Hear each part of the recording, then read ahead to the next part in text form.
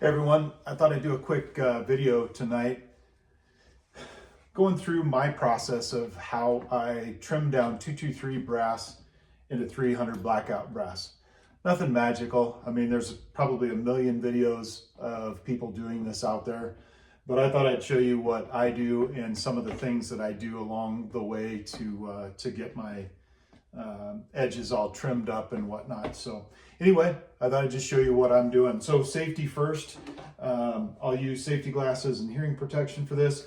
I'm going to do some zoom ins on the equipment that I have, but I have the same thing that a lot of people out there have. They've gone to Harbor Freight and done the 2-inch mini cutoff saw. It ends up working out really, really well. I went on Amazon and bought a shell holder. I'll put links in the description for both of these two products. It ends up working really, really fine. I will say don't do what I'm doing. I have taken off some of the safety precautions on both of these. I prefer to work like that, and just you got to be really careful of understanding where that blade is at all times. But it works out really well. So I'll do a couple of them like this, and then I'll zoom in on the activity so you can see a little bit closer what I'm doing and show information on the product too. So I'm gonna get on the hearing protection and get at it. I'm looking for a trim length of 1/368. So I've got my caliper set here. To check length, this is already set to length, but I'll go ahead and show you what I got.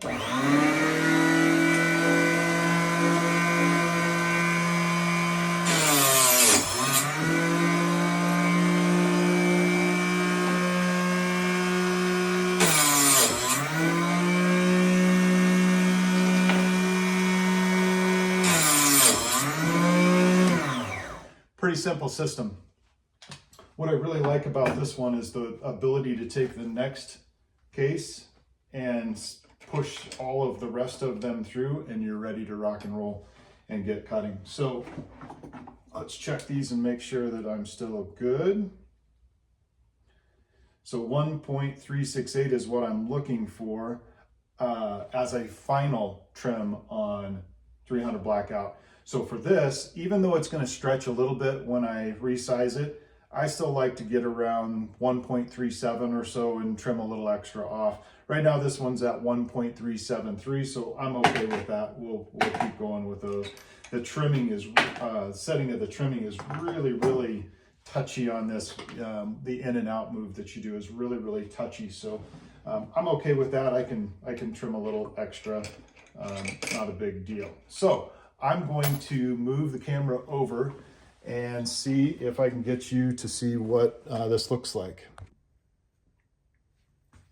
So here's a look at the saw, a little bit closer up. I'm going to go ahead and put my hearing protection back on. But this is a really, really slick setup. So all you do is you insert a 223 piece of brass like that. There is a little, there's a little stop right here. So you pull that piece of brass back so that it engages to that little stop, put a little downward pressure. And the thing that I have found to be most helpful is to go slow. If you try to bring this down too fast and chop through it like you might do with a chop saw of some kind, it tends to chew up that edge on the brass a little bit. So slow and steady wins the race on this one. So I'm going to do a handful of these so you can see what it looks like a little bit closer.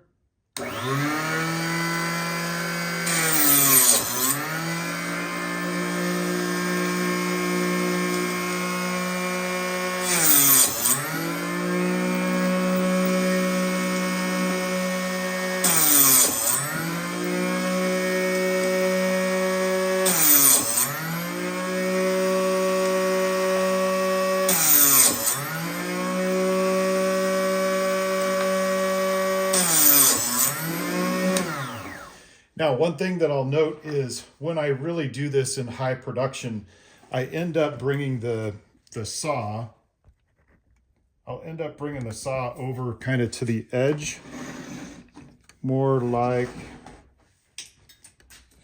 that. And then what that does is I'll set a bucket down on the ground so that these pieces, when they come out, they just flow and drop right down to the bucket. Okay, now I'll show you a couple of those, what I meant with the pieces of brass just dropping right down into my bucket, which is pretty nice.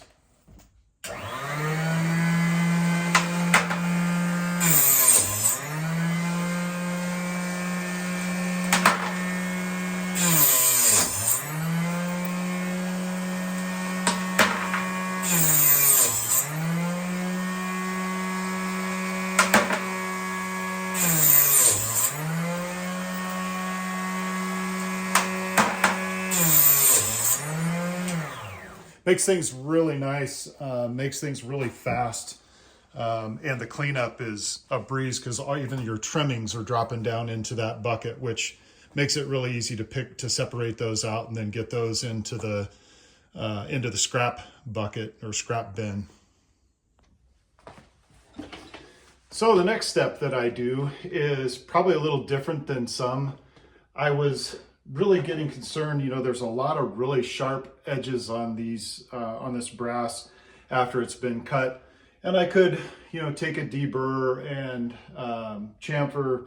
You know, I could take one of those tools and kind of hit it a little bit, and I did that for a little while, but it just took so much time per casing to do it that way. So I came up with a little different way.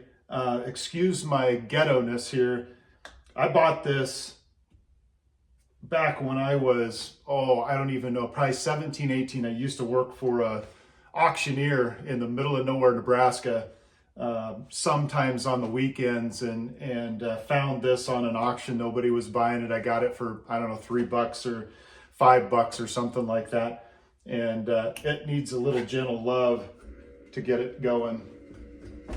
But once it gets spinning, man, watch out, she's a beauty. Okay, so now that it's up and running, I take this edge and I just run it down in the brushed portion of it. Kind of get that inside out. It takes all those burrs out. I really like this. It's fast, it's easy. I'm not using my fingers to have to really grind and twist.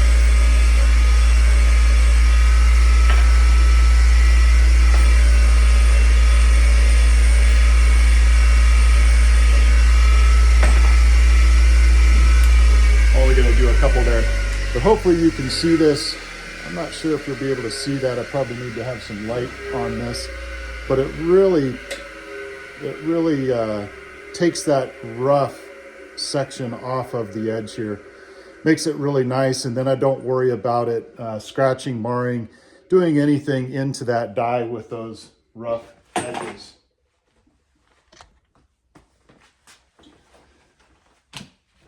Well, that's my process for cutting down brass and getting it ready for the next step, which would be to resize it. I'm not going to ND cap it. I'm not going to do that on this one.